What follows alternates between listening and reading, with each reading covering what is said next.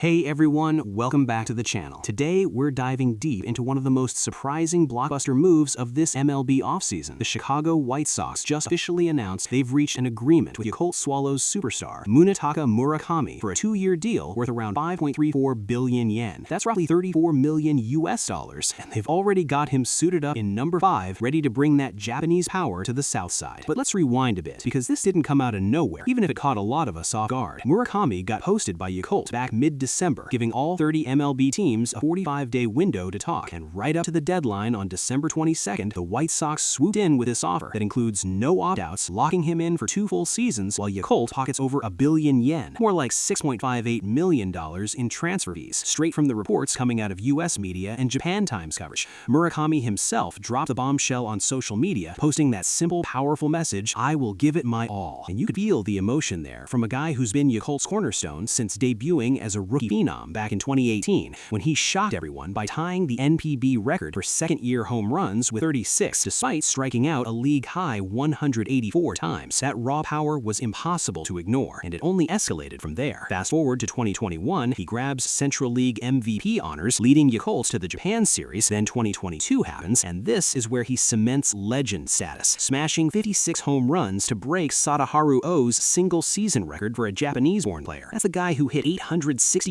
career bombs, mind you, and Murakami does it at just 22 years old while batting .318 with 134 RBIs, snagging the Triple Crown, his second straight MVP, and pushing Yakult to another pennant. It was pure dominance with a 710 slugging percentage and exit velocities that had scouts drooling over his potential to rake in the majors. But here's the hidden angle, folks. As great as those peaks were, there's been volatility since. Strikeouts climbed from 21% to around 30%. His average dipped to the 240s in recent years, and 2025 got cut short by injury, limiting him to 56 games with 22 homers, a 273 average, and 663 slugging. Still elite power, but questions lingered about his contact rates, especially against high-velocity stuff, and whether he'd adjust to MLB breaking balls that NPB pitchers don't throw as nasty. Now, why the White Sox of all teams? They're in full rebuild mode, coming off a 60-102 season, a 19-win jump from rock bottom, but still last in the AL Central, and they've got young hitters like Colson Montgomery and Chase Maydroth brewing. Pairing Murakami with that group makes sense. He's 25, turning 26 in February, a lefty slugger at 6'2", 230 pounds, who could slide to third base or even first or DH, and that $34 million over 2 years AAV of $17 million feels like a bargain compared to what folks projected. 9 figures easy, especially after Yoshida got $90 million from Boston. But the market cooled on him due to those swing and miss concerns, and teams like Yankees, Mariners, Red Sox, Padres, Mets, who were rumored in the mix, maybe balked at the risk or waited too long. White Sox GM Chris Getz pulled off a steal here, a prove-it deal that's tradable if he mashes and sets up massive upside if he hits the ground running. Public reaction has been wild. White Sox fans lighting up Reddit and Twitter with hype. Hassan confirmed it on ESPN, and outlets like NESN, CBS Sports are calling it a fascinating splash for a rebuilding squad. But Japanese fans, they're bittersweet. Yakult supporters mourning the loss of their homegrown hero from Kumamoto, who delivered championships, while analysts point out this fits MLB's Japanese pipeline perfectly. Post Otani, Sasaki, Yamamoto, now Murakami could be next in line to prove NPB stars thrive stateside. The global impact can't be understated. Japan baseball's exploding in popularity here in the US, and this signing amps that up. White Sox get international buzz, cheap tickets sell out with his fan base flying in, but risks loom big. Those strikeouts translate poorly against guys like Cole or Skubal. He could flop hard. Yet the ceiling, if he tweaks that swing, cuts the K rate even 5%, and keeps mashing 30-plus homers, he's an all-star lock, transforming Chicago's lineup into a threat earlier than expected. Future possibilities branch wild. He crushes year 1, opts out after 2 for a mega extension, or gets traded to a contender mid-deal for prospects galore. White Sox flip him for a haul, accelerating rebuild. Yakult reinvests that posting money into their farm, and Japan celebrates another success story. Or worst case, he struggles, adjusts slowly, but his elite bat speed and pull power suggest he'll figure it out, just like Otani did early on. Either way, this move shakes up the AL Central, gives Sox fans real hope, and reminds us why we love this game. The unpredictability, the what-ifs, the sheer talent crossing oceans. So keep an eye on spring training when number 5 steps into the box. That's your deep dive on Munetaka Murakami to the White Sox. Hit like, subscribe if you're hyped for his debut, and drop in comments who you think he out-homered first year. Let me know below. Peace out.